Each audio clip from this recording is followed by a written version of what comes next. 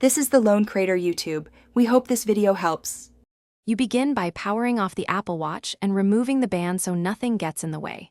Next, apply heat with an eye opener or hair dryer to soften the adhesive, about 90 seconds to 2 minutes. You want pliable glue, not scorching. Once the edges are warm, use a small suction cup and a thin pick to lift a corner, then slide a plectrum around the bezel to separate screen adhesive. Make sure to keep parts organized.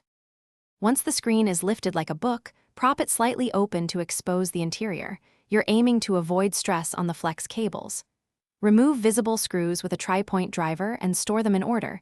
These are tiny and different lengths. Then, using a plastic spudger, disconnect the battery first, then the display connectors. That prevents shorts and odd diagnostics. Work methodically so the delicate ribbon cables don't tear, and make sure to note where each screw and bracket belongs. With the replacement screen ready, align and seat each connector carefully.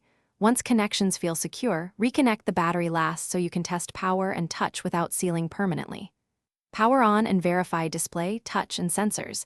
If something fails, power down and recheck connectors. When everything works, remove old adhesive, apply a new adhesive strip, and press the screen down evenly from center to edges to seal. If the screen lifts or unresponsive, reopen and inspect flex. Thanks for watching. Consider subscribing if we helped you.